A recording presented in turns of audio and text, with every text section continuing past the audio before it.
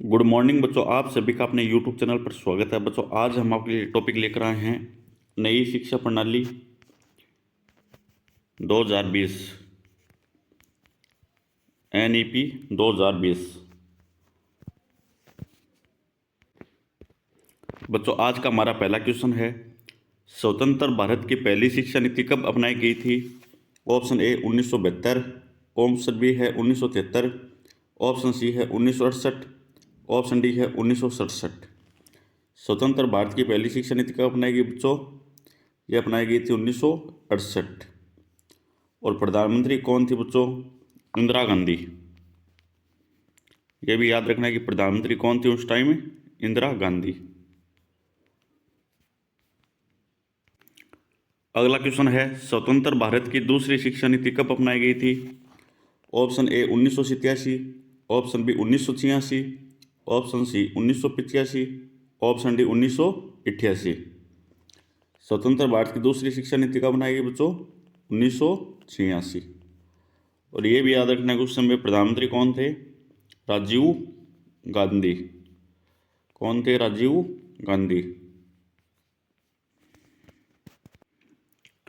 1986 शिक्षा नीति का संशोधन कब किया गया था बच्चों? 1992, 1999, ऑप्शन थर्ड है 1987, ऑप्शन डी है 1982। 1986 शिक्षा नीति का संशोधन कब किया गया? 1992। और ये भी याद रखना है कि उस समय प्रधानमंत्री कौन थे? नरसिम्हा राव। कौन थे? नरसिम्हा राव। अगला क्वेश्चन है, स्वतंत्र भारत के शिक्षा नीति किसने लागू की? क्वेश्चन बच्चों ऐसा है, स्वतंत्र भारत की तीसरी शिक्षा नीति किसने लागू की थी? ऑप्शन है Narendra Modi, option B Amit Shah, option C Piyush Goyal, option D है नितिन गडकरी। बच्चों, ये याद रखना है कि स्वतंत्र भारत की तीसरी शिक्षा नीति कब लागू की गई थी?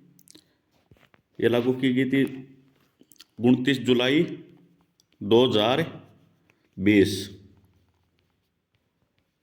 और प्रधानमंत्री कौन है? नरेंद्र मोदी। याद रखना है कि प्रधानमंत्री कौन? नरेंद्र मोदी। और कब लागू की? 29 जुलाई 2020 को। अगला क्वेश्चन है, नई शिक्षा नीति 2020 की थीम क्या थी? नई शिक्षा नीति का साकार ये थी, ज्ञान ये भी था, योग्यता और रोजगार ये भी था। तो राइट आंसर होगा बच्चों उपयुक्त सभी। नई शिक्षा नीति की थीम क्या है? नई शिक्षा नीति का साकार, ज्ञान, योग्यता और रोजगार। ये बच्चों क्या है? थीम है 2020 की। नई शिक्षा नीति 2020 का उद्देश्य क्या है? स्कूल और कॉलेज की शिक्षा को अधिक समग्र, लचीला बनाते हुए ज्ञान को वैश्विक महाशक्ति में बदलना, प्रत्येक छात्र में निहित अद्वितीय क्षमताओं को सामने लाना। तो इसका राइट आंसर होगा उपयुक्त सभी। नई शिक्षा 2020 का उद्देश्य क्या बच्चों? स्कूल और कॉलेज की शिक्षा को क्या बनाना? लचीला बनाना और ज्ञान को वैश्विक महाशक्ति में बदलना, प्रत्येक छात्र में जो जितना भी निहित अद्वितीय क्षमता है उनको क्या लाना? सामने लाना। नई शिक्षा नीति में वर्तमान में सक्रिय 10+2 के स्थान पर कौन सी प्रणाली को विभाजित किया गया है? 5+3+3+4 या 5+3+2+4 या 5+5+3+3 या 5+2+4+5। 10+2 के स्थान पर क्या से विभाजित किया गया बच्चों? 5+3+3+4। ये आपको याद रखना है। नई शिक्षा नीति के तहत केंद्र व राज्य सरकार का जीडीपी में निवेश का लक्ष्य है, कितना रखा गया है? 4.43% से बदलकर कितना रखा गया बच्चों? 7%। 4.43% से बदलकर कितना रखा गया है? 6%। 4.43% से बदलकर 6% रखा गया है या 4.43% से बदलकर 5% रखा गया है? तो बच्चों कितना रखने का लक्ष्य रखा है? 4.43% से बदलकर 6%। तो इसका राइट आंसर होगा ऑप्शन थर्ड। नई शिक्षा नीति 2020 के अनुसार विद्यालय में छात्रों और शिक्षकों का अनुपात कितना लक्ष्य रखा गया है? 30:1, 30:2, 30:3 या 30:5? कितना रखा गया बच्चों? 30:1। तो इसका राइट आंसर होगा ऑप्शन फर्स्ट। नई शिक्षा नीति के समिति का अध्यक्ष किससे नियुक्त किया गया था? एस सोमनाथ, नरेंद्र मोदी, के कस्तूरीरंगन या अमित कुमार? तो किसको रखा गया बच्चों? डॉक्टर के कस्तूरीरंगन। तो इसका राइट आंसर होगा ऑप्शन सी। कैबिनेट द्वारा मानव संसाधन विकास मंत्रालय का नाम बदलकर क्या रखा गया है? शिक्षा मंत्रालय, कैबिनेट मंत्रालय या केंद्र मंत्रालय या इनमें से कोई नहीं? विकास मंत्रालय का क्या नाम रखा गया बच्चों? शिक्षा मंत्रालय। तो ऑप्शन फर्स्ट इसका क्या होगा? राइट आंसर होगा। अगर बच्चों आपको ये वीडियो अच्छा लग रहा तो चैनल को सब्सक्राइब कीजिए और ज़्यादा से ज़्यादा शेयर कीजिए। अगला क्वेश्चन है, नई शिक्षा नीति 2020 के तहत 2030 तक सफल नामांकन अनुपात को कितने % रखा है? 100%, 80%, 50% या 30%? 2020 के तहत 2030 तक कितना रखा है बच्चों अनुपात? ये रखा है 100%। कितना बनाना? 100% बनाने के लिए ये एक अनुमान रखा है 2030 तक। बच्चों क्वेश्चन है 5 + 3 + 3 + 4 का अर्थ बताइए। बच्चों 5 का अर्थ है प्री स्कूल या ग्रेड्स 1 या 2।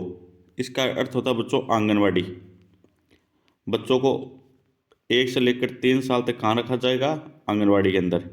फिर 2 साल शिक्षा दी जाएगी प्राइमरी और सेकेंडरी के अंदर। फिर 3 का अर्थ है बच्चों 3, 4, 5 स्कूली शिक्षा। फिर 3 का अर्थ है 6, 7, 8 तक की शिक्षा। फिर 4 का अर्थ है 9वीं, 10वीं, 11वीं और 12वीं की शिक्षा। 5 + 3 + 3 + 4 का अर्थ यह है।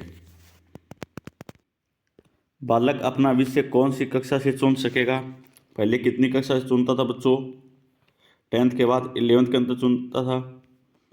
अब कौन सी कक्षा से? 9वीं कक्षा से, 8वीं कक्षा से, 7वीं कक्षा से या 6ठी कक्षा से? कौन सी कक्षा में चुन सकेगा बच्चों? 9वीं कक्षा में बालक अपना विषय चुन सकेगा। कौन सी कक्षा तक मातृभाषा में पढ़ाई करेगा बालक?